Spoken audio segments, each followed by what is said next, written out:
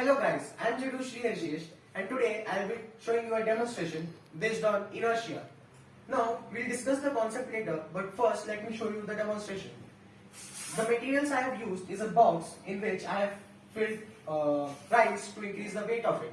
This is why I have filled rice. You will understand when I explain the concept to you. Up above I have hooked this box through a string or a thread with it.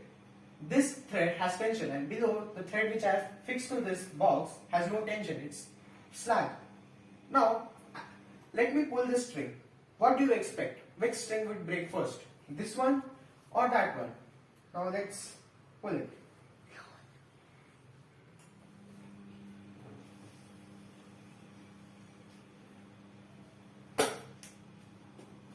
You could see the below string broke. Now you would have expected that the above string broke. Now let me give you another chance. Which string will break now? I have attached another string again now. Let's see. 3, 2, 1, go. Now the above string broke. Whoa! This time your intuition went wrong, right? See, this is the concept. Now the concept is that this happens due to inertia. There are two logics to it. I'll explain it one by one. First is due to inertia. Now, when this was there, and you may have noticed that at the first time when I pulled the string, I pulled it really quickly. Due to its inertia, that small amount of force could only move the below string, could only throttle the below string's inertia and couldn't throttle this one. Thus, only the below string broke.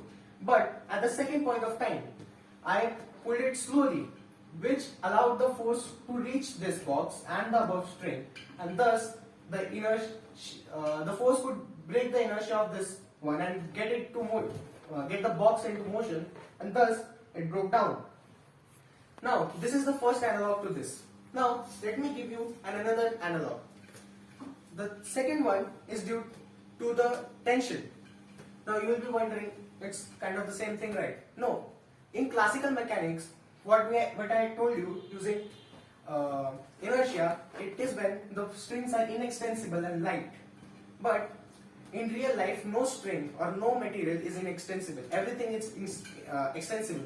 Like this rubber band, it extends like this. We can see it macroscopically, but at microscopic level, when I pull this randomly, it does extend, and thus when I pulled it very quickly, the tension, the expansion couldn't reach the above string. It could only reach the below one, and thus only the below one broke. But when I pulled it slowly, this led to the intermolecular force to reach the above string and expand it, and thus the above string broke. Now I hope you may have understood the concept. Thank you.